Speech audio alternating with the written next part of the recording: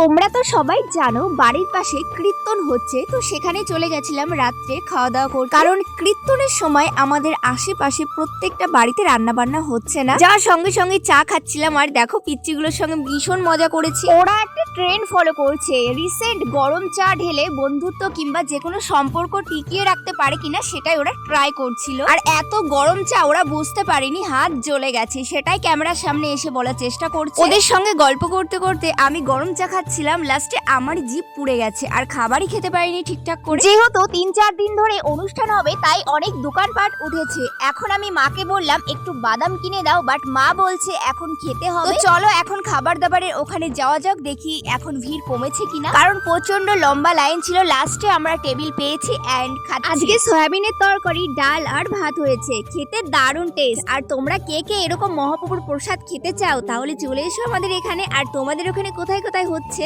এই নাম কীর্তন সেটাও আমাকে জানিও। তো টাটা, দেখা হচ্ছে অন্য কোনো ভিডিওর মাধ্যমে। বাই।